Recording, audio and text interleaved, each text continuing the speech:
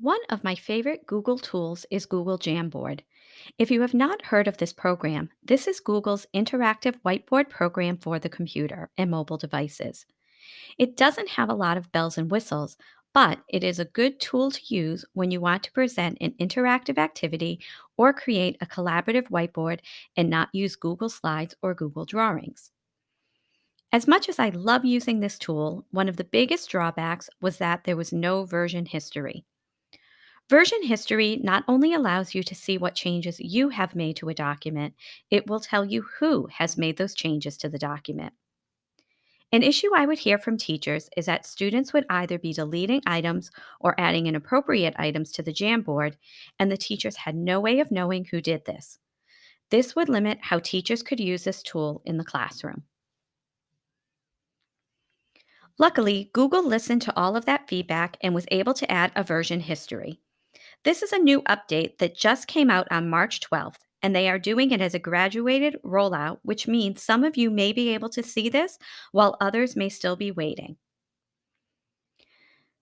This Google Workspace update gives you the information about the launch. Let's take a quick look at where to find version history and what it looks like. Here is a word bank that I created this winter, and I shared it with my other account for this demonstration. To find version history, click on the More Actions three-dot icon, and at the bottom, you will see Version History. When you click on that,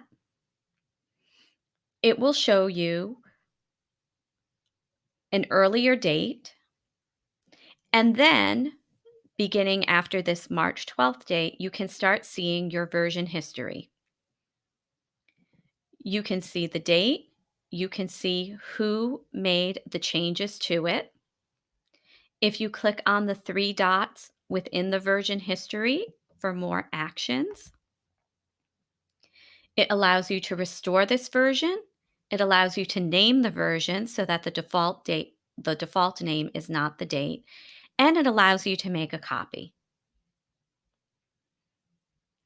If you wanted to restore to the version, you can either do it from this, or at the top it says restore this version. So I'm just going to go back into my Jamboard here. For more information on Google Jamboard, please check out my blog, and you can also check out the article that I wrote for the February-March Closing the Gap magazine, and the link for that is in the blog post. I hope you found this video helpful. Thank you.